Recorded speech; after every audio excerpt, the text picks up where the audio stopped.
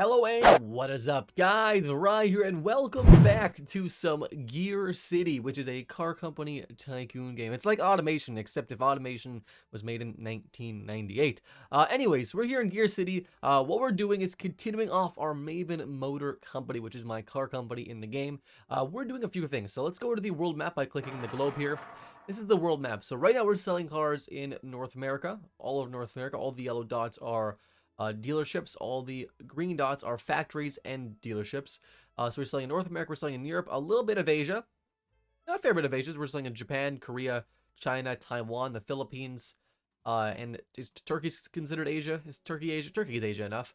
We're not selling in South America though, and we're not selling fully in Asia just yet. So what we're doing is continuing our car company. Now we've made a absolute plethora of cars so far in the game. We've made, if we go to vehicles here in this tab, we can see every car that we've ever made.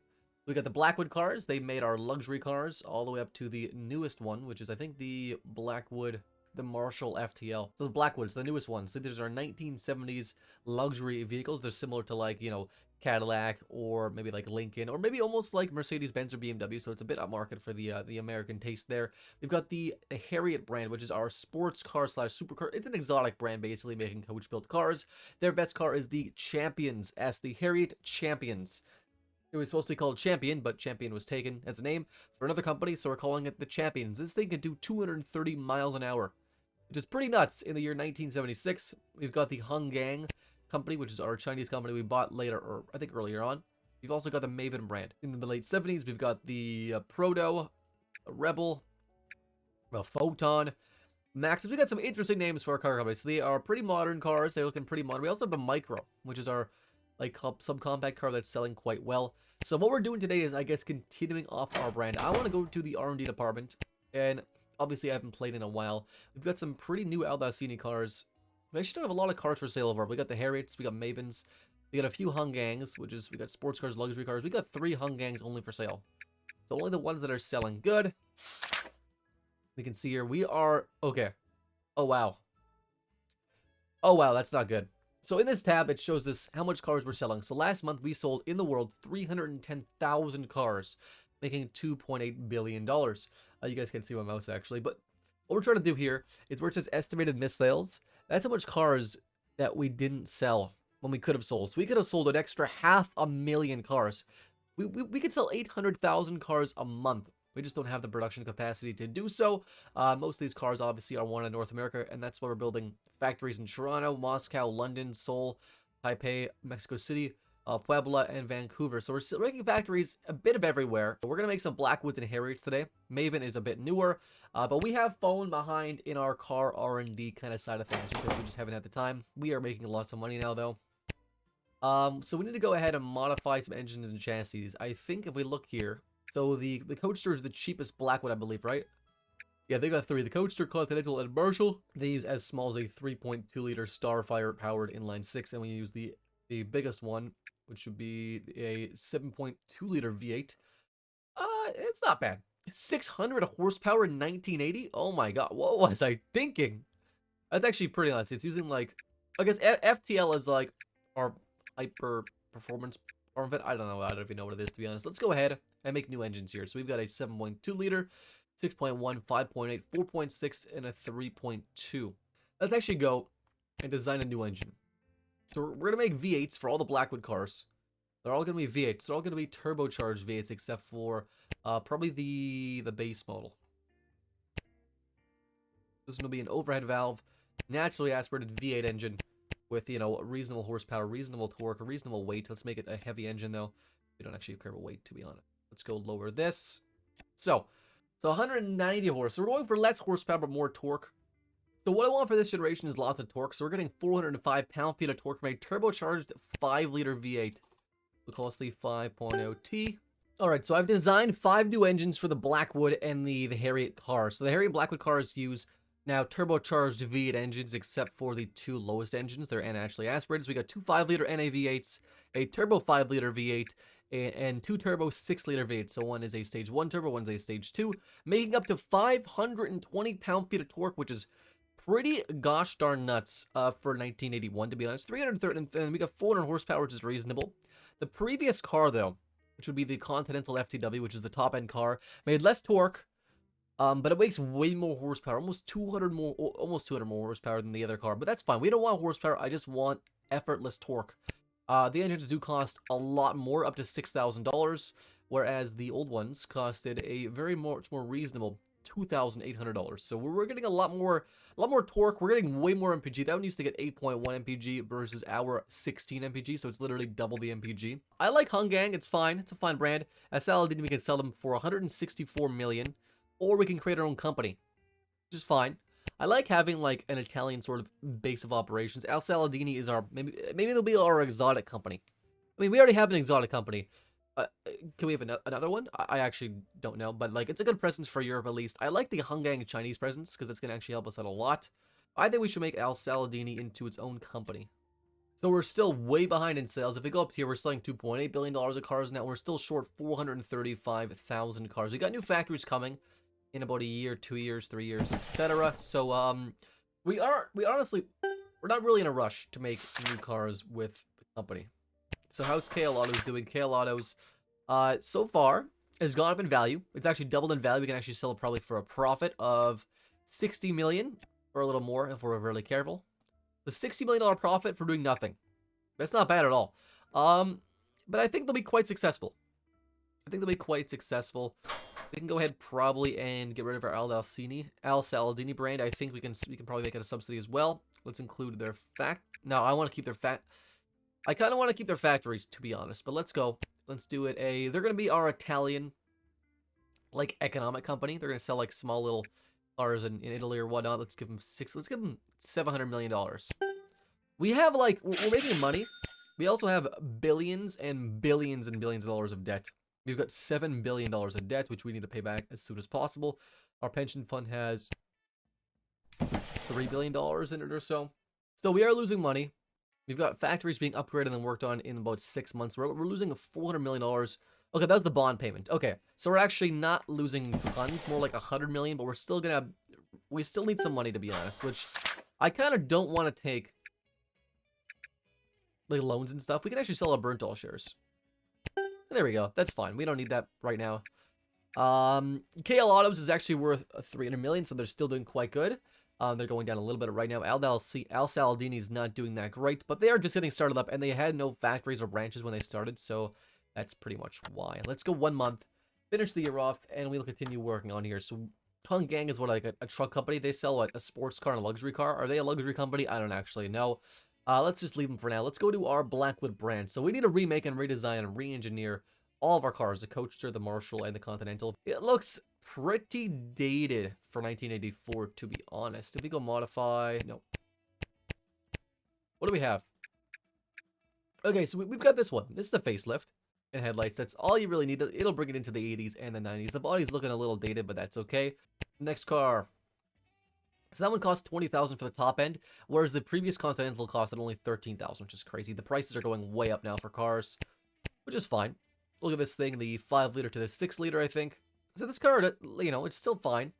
We can update the headlights probably, obviously, and that's pretty much it.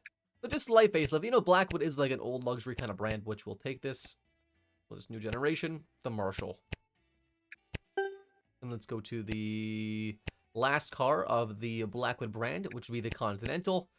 And give it the all-new engine. Let's give it a 5-liter and 2 6-liters. And we'll give it 4-speed autos and a 5-speed for the top end. So I kind of like how this car is still dated, but let's see. Do we have any, like, newer versions of it? Okay. So you got this car from the 60s. It goes into the 70s. And then this is the 80s. So it's still dated. It's still for sure dated. But it's better. And I like that. So it's a big, massive sedan with a little bit outdated front end. But I feel like the big one has to be quite outdated in style. And I think this one fits that, to be honest. The Continental. We'll make this thing cheaper. This is literally like a go-kart. They literally sell a street go-kart, which is hilarious. 7 seconds. Let's look at the current one. So the Classic does 5.6 and 4.3. So I think the Classic needs to be like the cheaper car. I think it needs to go down a level for cheapness. The old one either had a 4.6 i6 or a 6.1 V8. We're going to go to a 3-liter i6 for 7.2 seconds, which is like fast. This is like a Caterham competitor. The Classic, it will make the Classic S having a 5-liter V8, I think, and a proper 5-speed. No, let's go to the 6-speed manual. This is actually better. 5.3 seconds. It gets 25 mpg, which is pretty nuts. Let's go to the other Harriet. So we've got the Turismo is the other one. I have made other versions of this car. So you got this version. And it goes down to a much shorter body. So we got that one. And it's going to go to this one. So pop-up headlights, but much, much smaller. Over a sports car, less of a GT, but still obviously a GT car. I just want to see some stats here real quick. So the Classic can do up to 180 miles an hour. They can do the same top speed, 177 and 177. One just has way less horsepower. And the previous one, though, could do it 200 and 196. So they're actually faster, but they got worse MPG. And you know what? MPG, I think, is more important. These generations are going to focus on being a little more relaxed of cars, a little bit more, a little bit more chill. And maybe we should make a new Hunggang. We've got 3 Hunggangs. The D8375. Look at these names. The E2272. And the one that rolls off the tongue, obviously, is the 5095. The 5095. That just rolls off the tongue. We can do a station wagon quickly with, like a 6-liter turbo V8. Like a top-line station wagon luxury thing.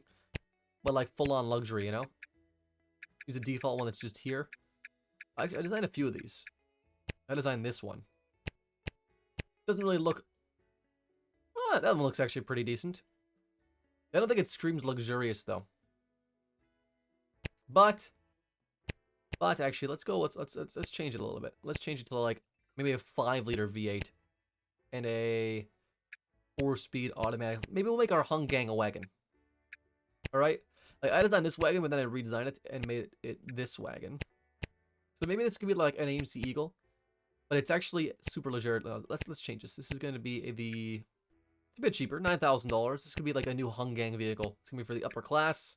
So the Hunggang Citadel. There we go. The Hunggang Citadel is Hunggang's newest vehicle by the Hunggang Auto Company with a 5-liter naturally aspirated V8. I don't know how well it would sell in China because it's quite expensive, but I think it'll do well in its other markets. We can make another Hunggang if we wanted to, but like, I think the Citadel is fine. So we are losing money. We're at 130 million a month, but lots of that is due to construction costs. We'd actually be making more if our factories are all up and running at 100% capacity, but we are short 75,000 cars. In 18 months, we'll have a new generation of cars. We're actually not making lots of money right now. How's our other companies doing? So KL Autos is actually less than what I started that at. They're worth less. Al Saladini is not doing great either. They're starting to make revenue, though. So things are rocky right now, but they are going. So we increase our factory space, and we're out of missed sales. We're still building more factories, which might not be the best idea, because that's costing us about $110 million, $120 million a month, which is not great. The car's finished in a year, though. That's a pro. And looks like Al Saladini is doing all right. KL Autos is improving. They don't have any debt. No. Another company's going bankrupt. Everyone's going bankrupt right now. Oh my gosh. So they're doing okay. It looks like Al Saladini is doing better. Their revenues have increased. So with KL Autos. So that's kind of a positive sign here. We do have a lot of bonds. Paid off a bunch of those things. Now, are we producing enough? We don't have car space. So I think we're actually going to sell Wagon Hope. That's only 60 million. We bought them for 400 million. Maybe we'll try making like another brand. Maybe we'll try another brand. I kind of want to keep them though. I kind of want to keep them. Because I kind of like the name. Wagon Hope. It doesn't sound Italian at all. But I like them. Let's just do a holy subsidy then. Let's do that. And let's go ahead though and let's get our new Blackwoods going. Gonna be 17,500. Pretty expensive for a Hunggang car. Blackwood the Coaster. Let's do like reasonable prices. So the cheapest one is the Coaster. That's gonna be what? 17? Not bad. And the Harriet the Classic can start at a reasonable 14,500. So revenue's up to 4.1. Sales are still 315, which is fine. Less sales but more revenue is good. As long as our costs, as long as we still have like higher profit margins or something like that. So the Baronet's doing okay. So we're okay cash flow right now. Everything's doing okay. Vag and Hope are probably not doing okay. They're not doing okay. So we've lost money there. We've lost money basically everywhere right now with our purchases of other brands, which is okay. I think we'll be fine as long as they don't go under. For a while, at least. Yeah, for a while.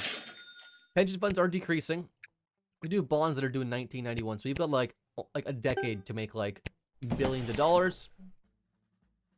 Alright, what I want to do, though, is remake the next generation of all Maven's vehicles. Okay, so we've got the Micro, which is our very poor-selling micro car, our subcompact. We've got I think the Photon is our compact car. Yes, it's got 100 to 250 horsepower. Is actually kind of very good. Let's make a new base engine. We get 70 horsepower, we got 80 horsepower, 90 horsepower. The cost difference is $100, but you know it's going to be used in the hung gangs and stuff like that. Modified chassis. Oh, we got so much chassis. Okay, I got rid of some of the old ones. So we need to make a M or a 4 chassis. Oh god, I don't know what do these mean here. Chassis. All right, so we've got all the Maven cars all set and ready to go. Maybe I want to actually do because there's the Maven and there's the Harriets. The Harriets came out in the actually no 83. We just redid the Harriets. Okay. So we can do the Hung Gangs and the Maven. So we've got the Hung Gang Bastionette, which is a full-sized sedan, apparently. Which I guess is mine, actually. Did I actually name that? Did I make that? It looks mediocre, actually, at best. We have the Hung Gang Citadel. These are some interesting names. It's got a 5-liter V8. 193 horsepower, actually. All right, we simmed a few months here. We are making money. Things are looking okay. We're making $500 million a month. We do have these two. We're going to pay off these bonds if we can. No, we can't. Okay. We can get a bigger line of credit. I kind of want to buy some shares of the company, although our company's value just like doubled, which is not good. Can we sell Hung Gang? We could. How much is that's worth 50 million. That's worth 50 million. Okay. Let's sim 5 more months. Alright, so what markets are we doing well? And right now we are doing quite well in the pickup truck market. I'm being pinged on Steam. I swear to God. I'm doing well in the pickup truck market. I'm being messaged. Panda, you're messaging me. Let's go up first here. So let's do a few Mavens. I don't think we'll do all of them today, but we'll do a bit of them today. I want to make a new subcompact. The Micro, we only have 2 trims, and it's very cheap. It's a terrible car, obviously. Let's make a better car. That's using the Generation 3 chassis. Let's give it the Generation 4.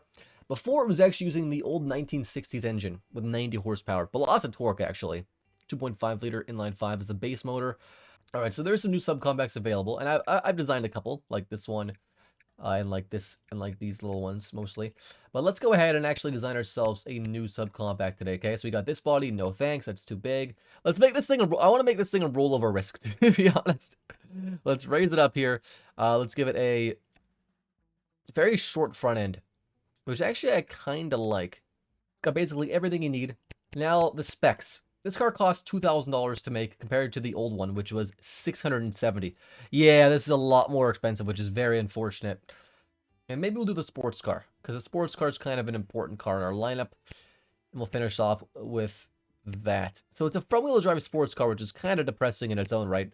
We'll give it a base 2.1 liter. Then go to the 2.5, and maybe the yeah, we'll do that. We'll do that. Okay, it's gonna have a 4-speed better auto. And I actually kind of still like this for the 80s, but it's kind of a little bit long in the tooth. Okay, wait, I have made a refresh, actually, so we're good. You know, I've made this already before. We're good. Our cars now have much better MPG, but they are, yeah, they're slower. They are depressingly slow now. But honestly, like, they're fine for the time. They are reasonably quick for their time. So honestly, I think we're going to finish the episode off here. I wanted to just do a little bit more before we finished off. We got the Mio done, we got the Photon, the Proto, which I actually hate these names. And we've got the GV200, the first of many hung gangs. And that's a really terrible name for a car company, now that I mention it. It's actually not good. But that car costs only $1,500 to make, and we're going to sell for like, what, $3 grand? Again, let me know in the comments down below, guys, if you want to see some more Gearcity. I know this game is kind of weird, but this is honestly just my favorite game. It's so relaxing. Again, thank you guys so much for watching, and of course, as always, I'll see you next time.